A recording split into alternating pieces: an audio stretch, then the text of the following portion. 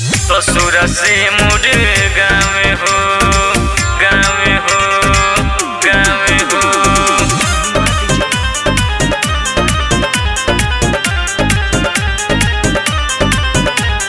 आज यह कफन ओढ़ावे हो ससुर से मोर गाँव हो। आज यह कफन ओढ़ावे हो ससुर से मोर गाँव हो ससुर से मोर गाँव हो।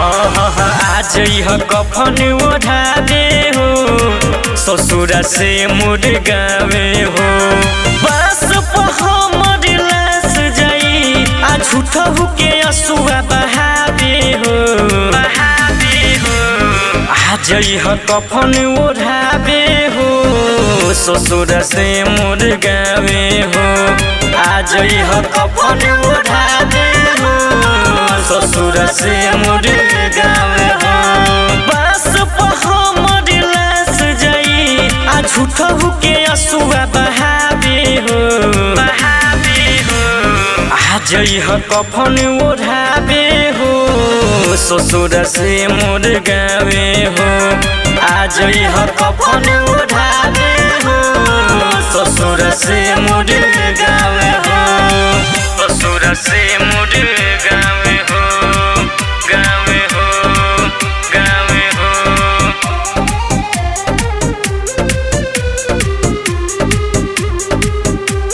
आज यह कफन ओढ़ावे हो ससुर से मोर गाँव हो।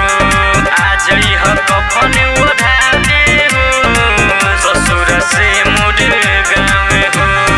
जान से ज्यादा चाहनी तुहके सहनी हम सब कुछ हो तबो धोखा दिहलु करे जा हमके गरीब बुझ हो हमके गरीब बुझ हो। जान से ज्यादा चाहनी तुहके सहनी हम सब कुछ हो तबो धोखा दिहलु करे जा हमके गरीब बुझ हो।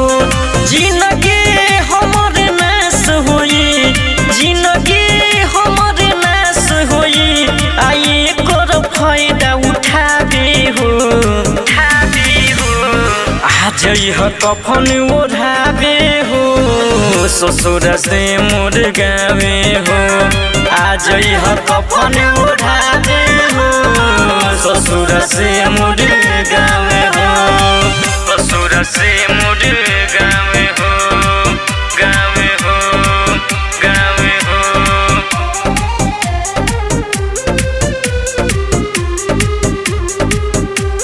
आज यह कफन ओढ़ावे हो ससुर से मोर गाँव हो। आज यह कफन ओढ़ावे हो ससुर से मोर गाँव हो। दिल के दुनिया लूट गइल मिट गइल पहचान हो कबर पाई है मोर जान भेंट होई शमशान हो भेंट होई शमशान हो। दिल के दुनिया लूट गइल मिट गइल पहचान हो कबर पाई है मोर जान भेंट होई शमशान हो। सोमन शोभित राइटर कन्हई के सोमन शोभित राइटर कन्हई के आई है अगिया लगावे हो लगावे हो। आज यह कफन ओढ़ावे हो ससुर से मोर गाँव हो। आज यह कफन ओढ़ावे हो ससुर से मोर गाँव